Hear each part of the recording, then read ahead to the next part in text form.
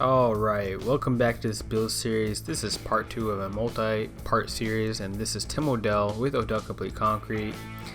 And in this part of the series, I'm going to be showing you guys the planar wall that we installed for the homeowner. And this was a difficult task to get the homeowner to decide on the type of planar wall she wanted.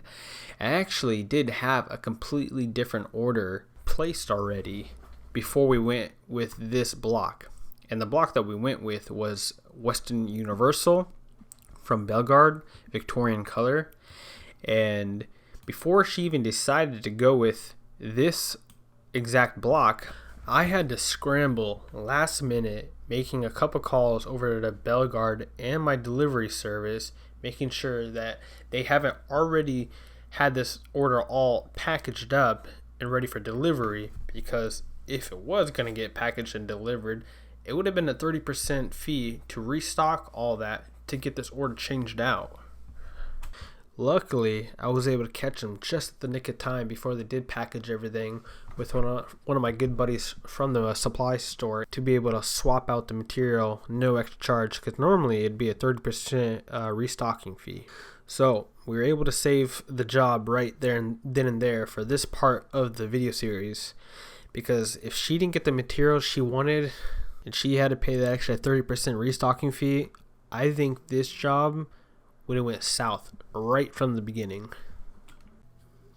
So right now what we're going to be doing is we're going to be setting up, getting all of our base laid in place for our planar wall. We do have some string lines already set up in place 4 feet off the back wall, and we ran string lines all the way down so that we have a nice straight line to go off of for when we set our planar wall. And then the first course, the half of the first course is going to be buried. And the reason why we're going to be burying the first course is for extra structure and strength, really.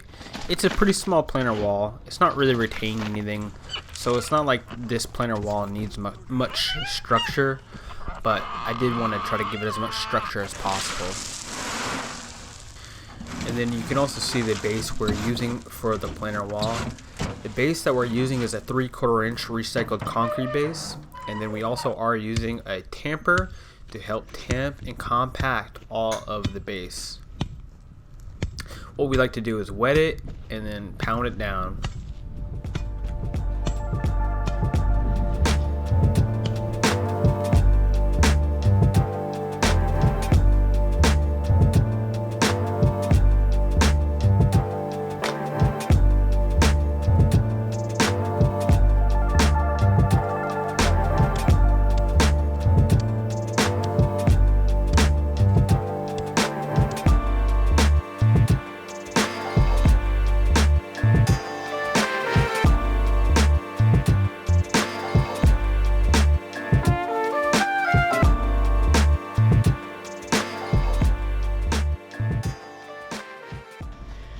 Alright, so we're still just grading out.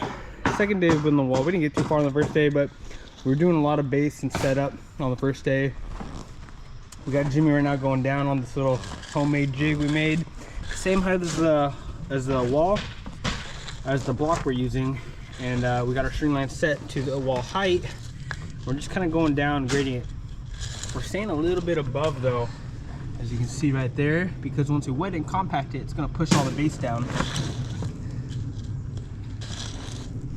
Got our little handy dandy tamper right there. You can see how nice and solid this surface is gonna get.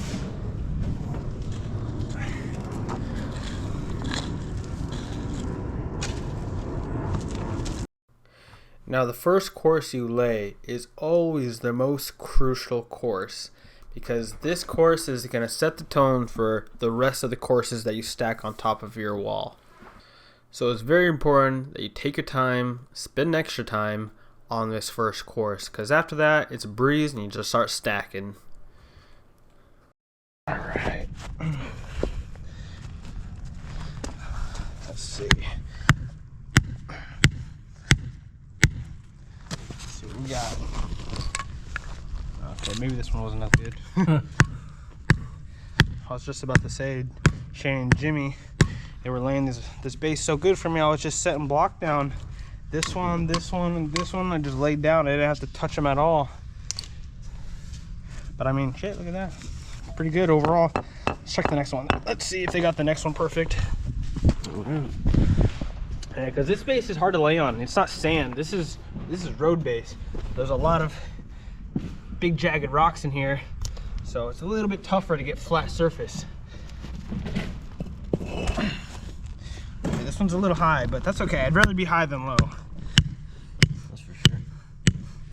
Okay.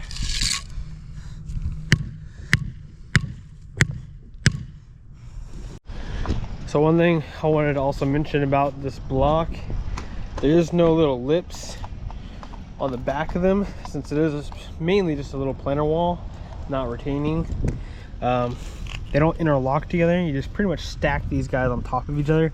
As you can see, they don't have no lips to interlock. So what I got was some landscaping construction glue right here. Let's see, let me see this real quick. So every course we're just going to glue a little bit of this on every course, just to hold the block together a little bit better than just having them freestand. Now for this being a planer wall, that construction adhesive glue isn't required, but like I said, I wanted to give this planer wall more structure, so I thought, why not just add a little glue to each course, just keep everything as one.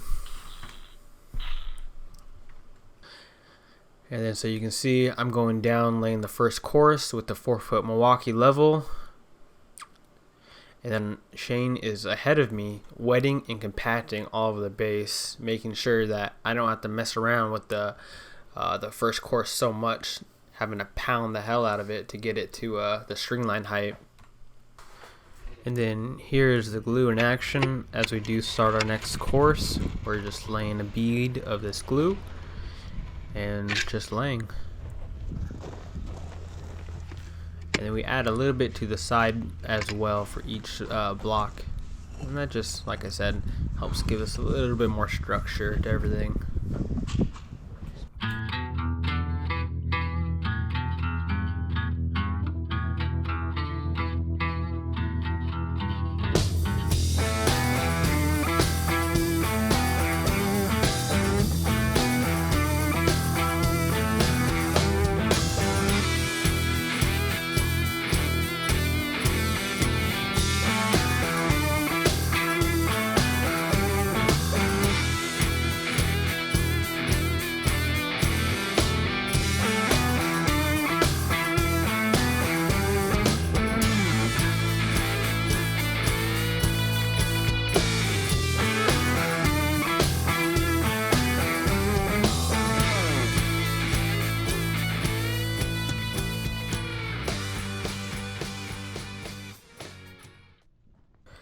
So that is basically how this block wall looked in the end. I think it came out very nice. I do really like the Victorian colors. And this is going to be about a 20-inch planer wall with some nice miter cuts in the corners.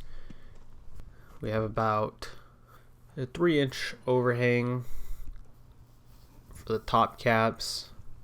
And I know maybe some of you are thinking, what could have possibly gone wrong on this project? Well, we haven't gotten to the major problems yet. And if you're a little confused of what I just said right there, I'd go back and watch part 1, because I do explain that this was one of the worst projects I've ever had to work on. The planer wall went very smooth, except for the cancellation of the first choice that the homeowner had to end up wanting this planer wall instead, which wasn't a big deal. But basically, this just kept happening, and it got worse and worse and worse as we went along with this project. So I do hope you guys enjoyed this planer wall build, and I hope you guys stay tuned for the next few parts in this build series. Make sure to like, share, subscribe, and comment any questions you may have.